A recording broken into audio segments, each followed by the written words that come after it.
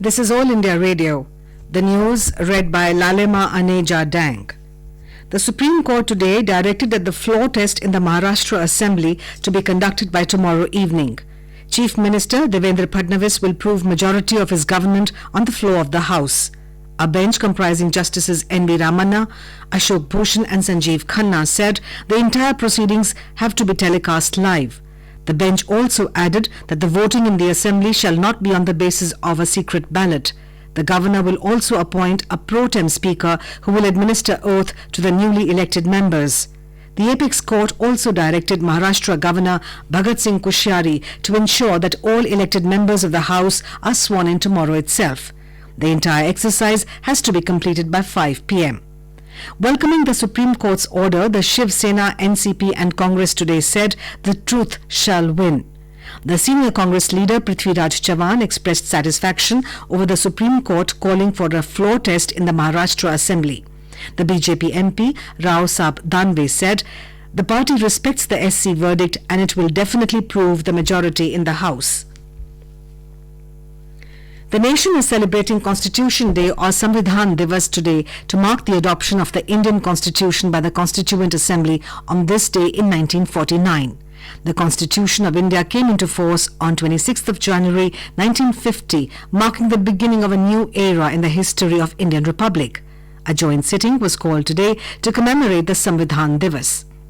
Addressing the joint sitting, President Ramnath Kovind today said the rights and duties are two sides of the same coin, and while being alert about their rights, citizens should also be conscious of their duties. Speaking on the occasion, Prime Minister Narendra Modi referred to the strength and inclusivity of the Indian Constitution. He said the Constitution of India highlights both the rights and the duties of citizens, and this is a special aspect of our Constitution. Mr. Modi said, let us think about how we can fulfill the duties enshrined in the Constitution. Meanwhile, the opposition parties led by Congress skipped the joint sitting. However, members of the other opposition parties including BSP, YSR Congress, TRS, TDP and BJD attended the function. The nation is remembering the martyrs of 26/11 Mumbai terror attacks on its 11th anniversary today. Prime Minister Narendra Modi, on the occasion of Constitution Day, remembered those who lost their lives in the dastardly 2008 terror attacks on the same day. Mr. Modi said he is pained to recall that extremist forces chose to hurt India's outlook of Vasudhaiva Kutumbakam, that is, the world is one family, on the day it celebrated democracy.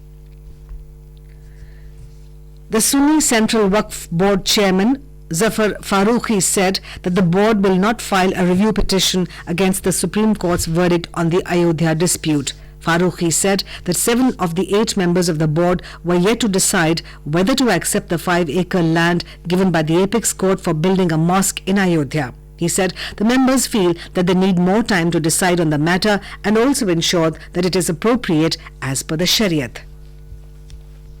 The Lieutenant Governor of Jammu and Kashmir, Girish Chandra Murmu, has said acts designed to arouse passion among the people and hurt their sentiments will not be tolerated. Reacting to the incident in which miscreants set ablaze a shrine adjacent to a local mosque in Kaunsarbal Tral in Kashmir in the intervening night of 25th and 26th November, the LG said that perpetrators of this heinous act shall be brought to justice. He has appealed to the people of J&K to maintain peace and calm and not get swayed by any rumor. Families of armed forces personnel killed in action against enemy forces will now be able to retain government accommodation for 1 year. The provision will also be available for those martyred in enemy air attacks. Earlier, this period was 3 months. India's latest Earth observation satellite Cartosat-3 will be launched tomorrow morning. The National Space Agency ISRO says the satellite will be launched along with 13 customer payloads from the US from the Satish Dhawan Space Center at Sriharikota at 9:28 hours on Wednesday. Well, today is the National Milk Day, and the day is celebrated to commemorate the birthday of Dr. Verghese Kurian, the father of India's White Revolution. And that's the end of this news bulletin.